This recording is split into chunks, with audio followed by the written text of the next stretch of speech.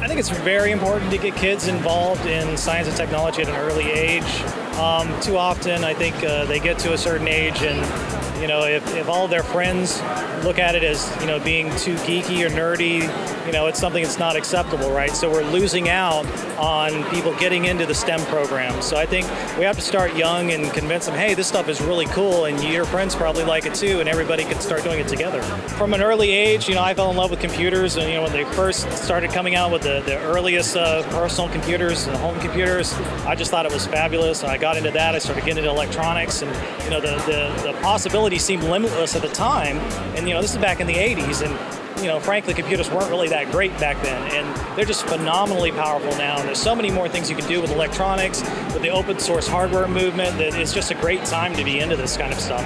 Well, it's amazing, just, here I am in my late 30s, how much technology and how quickly it moves. It's so integral for them to actually see this in their daily lives now, because this is their future. And they're getting inspiration by seeing it, and I love that. And getting the curiosity themselves going of, how does that work? That's a good question. I really love the curiosity. The idea of you think of a question and you can think of a plan to how to answer that question.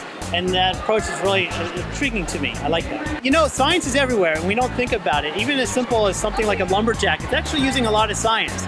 And so if you're curious about the world in any way, science is a great place to start answering questions.